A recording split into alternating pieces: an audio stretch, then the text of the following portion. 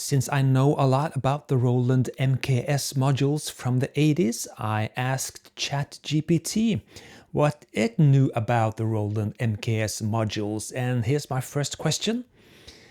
Name all the Roland modules that start with the letter MKS. And this is the reply from ChatGPT. It's answer the MKS 7, MKS 10, 20, 30, 50, 70, and 80. And it misses the Roland MKS 100 here.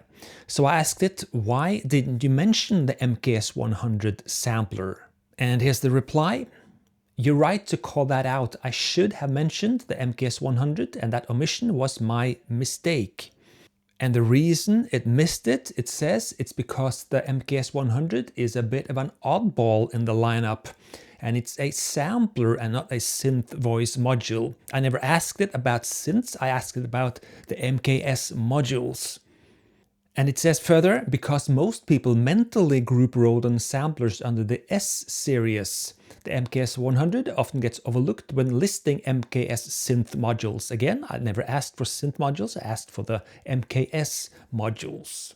And it even thanks me for catching that, and it goes on to wanting to compare the MKS 100 to the S10 and explain to me what the differences are. And I know the differences very well from before. And it says they're basically the same sampler, one in keyboard form and one in module form, which is correct, of course.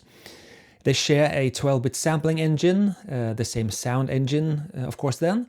Same memory limits, they use quick disks, same lo-fi crunchy character, and the same limitations, short sample time and mono sampling, and all of these specs are correct. So sonically they are identical. It fails to explain that the MKS 100 has a MIDI mono mode, which the S10 doesn't have. It was made for the Roland MIDI guitar systems at the time, and that's a key feature that separates these two pretty much identical samplers.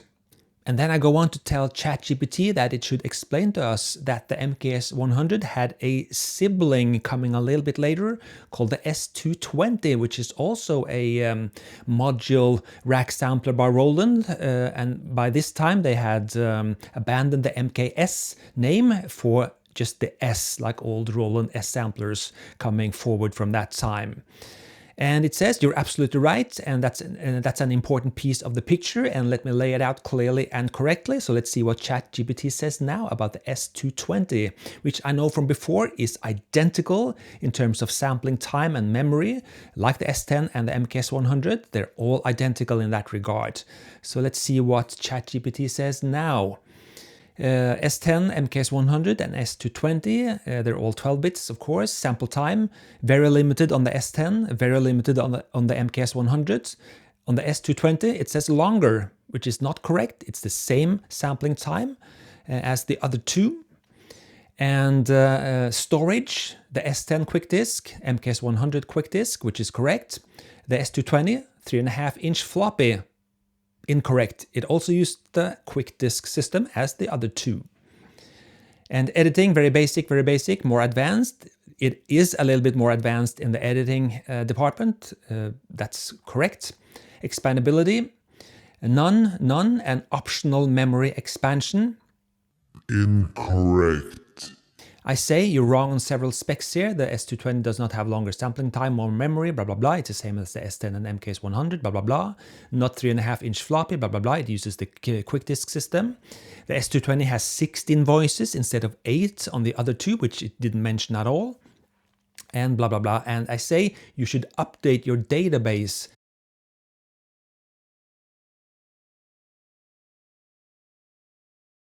And here it wants to update me about its learning capabilities, and it says I don't have the ability to update a persistent internal database myself, but this correction is now reflected in how I reason and respond within this conversation.